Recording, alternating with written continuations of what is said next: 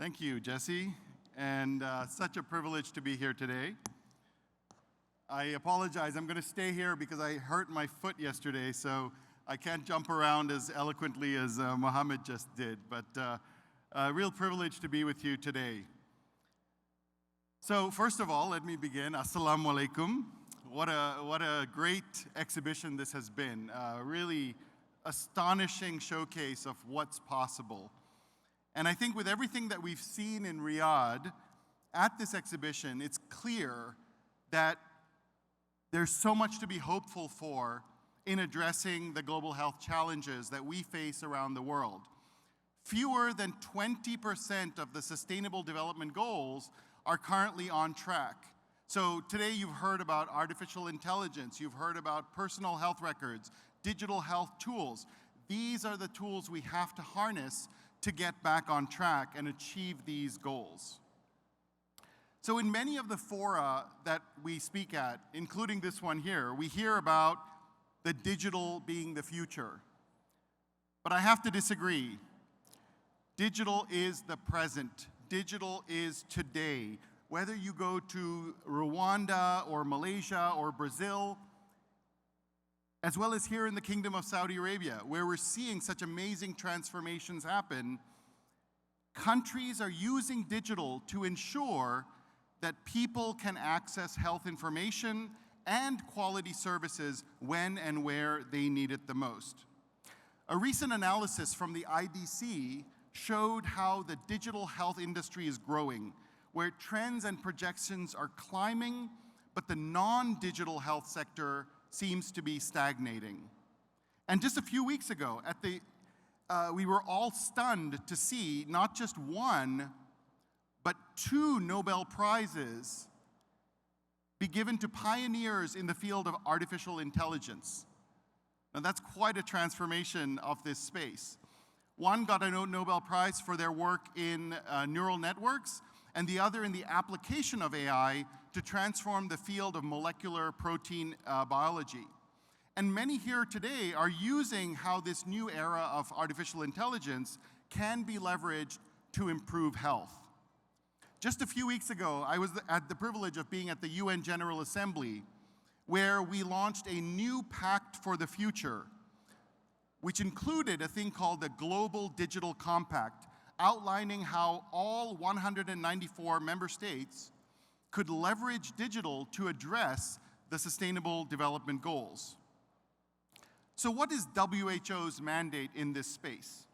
Well, we have 194 member states who expect us to help strengthen the foundations on which the future of global health can be built. For us, working in digital health, this is about standards, it's about architecture, it's about the foundational human capacity and the building blocks to help us achieve digital transformation. And in 2024, no country should be starting from scratch, but can leverage the lessons being shared here at the exhibition to kickstart their development. Over the last decade, we've been working to improve the skills of workers, to strengthen policymakers' decision-making, and to make sure that people have the skills to thrive in the digital future and the digital present. But we have miles to go before we are able to build preclinical and clinical skills for the digitally enabled workforce, as well as policymakers who need to have the capacity to build the solid foundations of the future. So since 2012, WHO has brought together leaders in this space.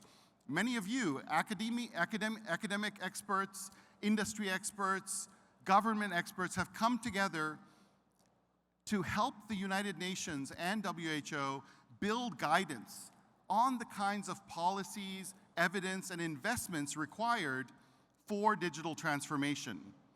Our goal is to make sure that countries are able to articulate a clear vision and roadmap to achieve that digital transformation. Now, this work continues today, and I hope you can see these QR codes, because over the last 5 years, we have developed guidance on ethics, regulatory environment, and the governance of artificial intelligence being used and developed by countries around the world. Now, these guidelines have been used to frame national policy, and including the discussions that are going on right now in the Kingdom of Saudi Arabia, to ensure that AI is used safely and responsibly to advance health. Now, feel free to scan these codes, but they're also available for free on the WHO website. They are among the most popular pieces of our library, being downloaded over 250,000 times in just the last few months. Now, we're talking a lot about AI, so let me spend a moment to talk about how we at WHO see AI being used to advance global health. First, for at least 5 years now, WHO has been exploring not how generative AI, but how old school probabilistic AI can be used to improve diagnostic imaging. We're excited about leveraging AI to bring ultrasound technologies to low resource settings and to improve pregnancy outcomes using risk assessment and prioritization. But it's also being used to integrate complex data streams to optimize epidemic intelligence and understand when threats to global health are emerging, as well as supporting clinicians and frontline health workers. AI has the opportunity to transform global health, as you've heard in the panel and the many discussions that have come before me. But it's only if we implement it with good governance, careful evidence of clinical safety and efficacy. So I'd like to focus today on 3 key areas that are necessary for digital transformation. And we see these as the building blocks for success when we embrace digital health and AI. These are good governance, careful planning, and architecture, as well as funding alignment. And this has been a source of frustration for, I think, many of you in the room, as well as many countries around the world, where we've had fragmentation in governance, architecture, and funding for digital transformation. I'd like to start by thinking about what do we want to achieve with digital transformation of health systems. Simply put, these are: 1, that every person can access their own health record. And Mohammed and I didn't cooperate to coordinate these talks side by side, but this is something we believe in very, very firmly. 2, that health workers can have the protocols and the patient history they need to have an impact. That people can pay for and health workers get paid on time. And that supply chains remain intact, and that we can train health workers with the skills that they need, and that we can remain responsive to the emerging threats to health and to strengthen clinical surveillance. These are the goals that we're trying to reach with digital transformation. Because it's not about digital for the sake of digital, it's digital so that we can achieve these important public health and clinical goals. So let's start with governance. The WHO blueprint for governance transformation is based on what we've learned from countries around the world for the last 20 years.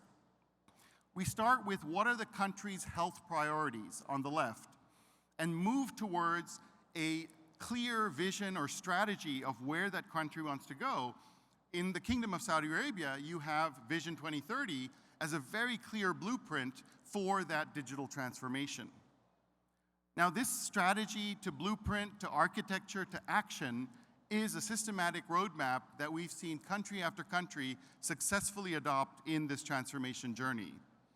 WHO is the custodian of something called the Global Strategy on Digital Health. So if you're not familiar with this, I will encourage you to go and read about it, because it gives all of us a collective responsibility to help advance the objectives of digital transformation for patient optimal outcomes. Now, across regions of the world, we've seen support for this work, including during the Saudi G20 presidency, helping to launch this year the Global Initiative on Digital Health.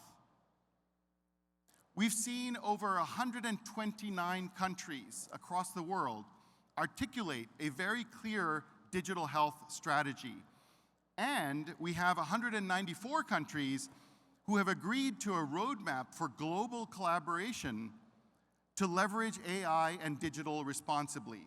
So I hope many of you in this exhibition, and as you've been meeting others, have identified ways to collaborate to accelerate the progress of digital transformation, not just in Saudi Arabia, but across the entire Gulf and beyond. A couple of quick examples that I think is important to understand is that this transformation we're seeing around the world is not happening at an equitable way. That there are some countries in sub-Saharan Africa and South Asia that are falling behind in those necessary foundations. We see here a maturity mapping used by the Global Digital Health Monitor to assess where countries are in their transformation journey. This is a tool that WHO uses to help countries identify where they need to invest to ensure that they're making progress in digital transformation. Now we see, for example, Philippines has restructured their government around digital transformation, where there are clear agencies who have been given the responsibility to implement those 7 building blocks. In Kenya, just this year, we've seen the Kenya government issue a new law where they have declared an agency who will be the custodian of digital transformation in that country, very similar to what the Kingdom of Saudi Arabia has done in assigning this responsibility to a number of very specific agencies. In Kenya, that agency has oversight of confidentiality and data privacy, as well as ensuring standards, training, and capacity building, those fundamental building blocks that ensure digital transformation can happen. Now, the most exciting reason WHO is thrilled to be at the exhibition this year is about personal health records. Because yesterday we launched with Honorable Minister Jalajal the Hajj health card built on the Global Digital Certification Network that we launched in 2023.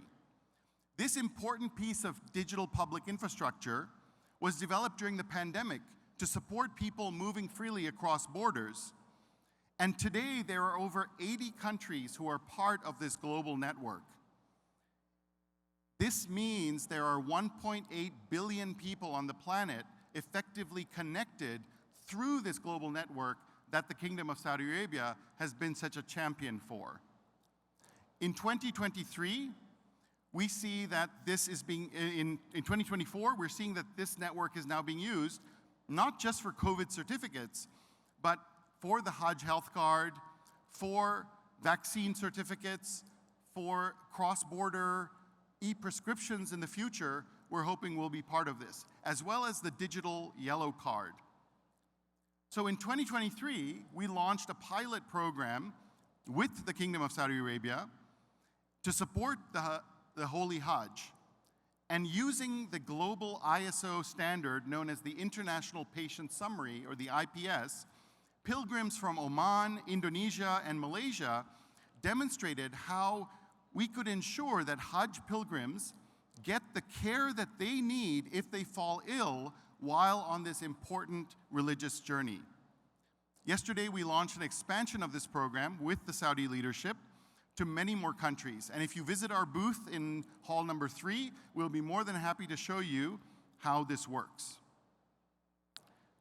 In 2023, we issued over 250,000 certificates into 2024's Hajj. And we hope going into 2025, we will triple, if not quadruple, that amount with your help and leadership. So moving on to architecture.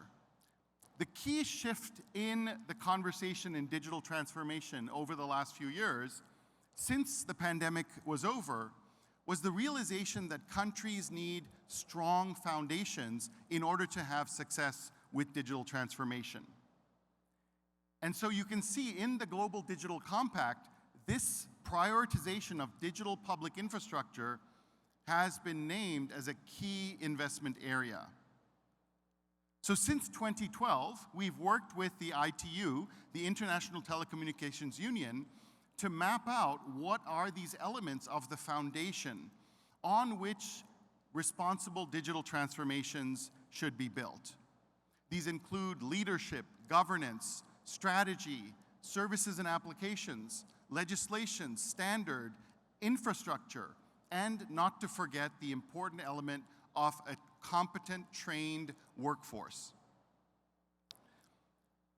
The new term that you'll hear many of us using is digital public infrastructure, which simply defined, these are the solutions and systems that enable cross-cutting functions and services, such as digital identity, digital payments, and information exchanges.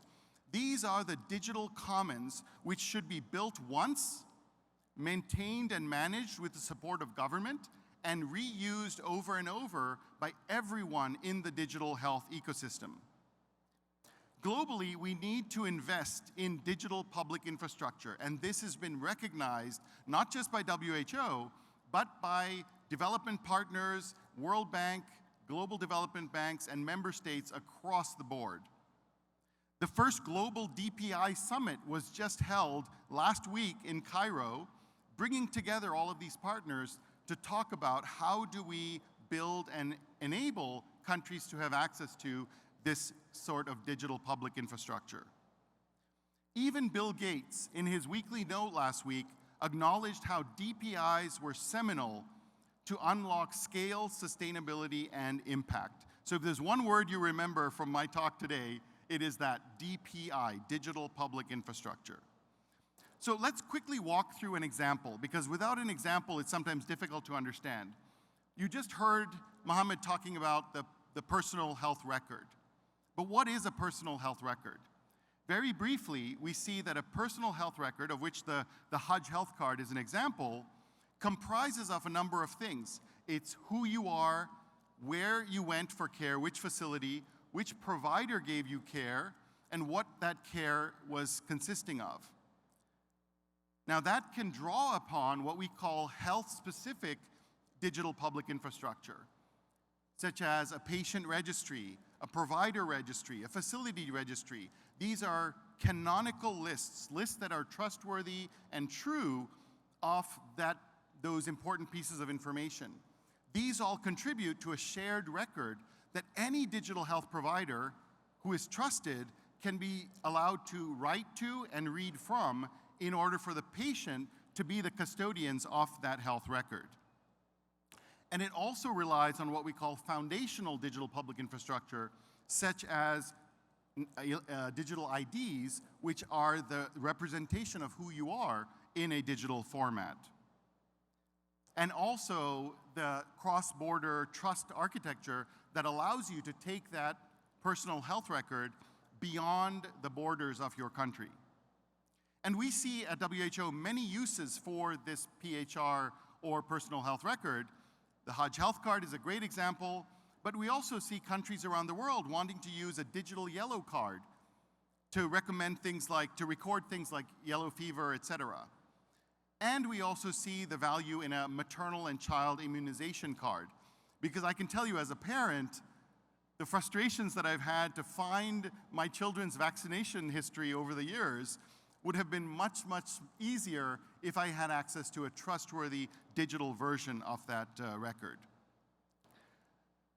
I'd like to invite you all at this time to join us in Nairobi in December, where over 100 countries will be coming together, ministries of health with their partners in the technology space, to explore how we can undertake DPI-based digital transformation.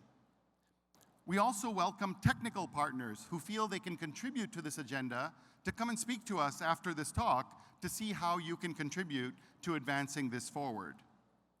Last but not least, let me say a few words about funding. Because among the biggest challenges we face moving forward with digital transformation is this issue of fragmentation of funding for digital transformation. The graph you see on the screen here in front of you is a picture of the continent of Africa, where the Bill and Melinda Gates Foundation did a survey to identify how many projects were being implemented that were aligned with national digital public infrastructure or supporting the Ministry of Health's vision.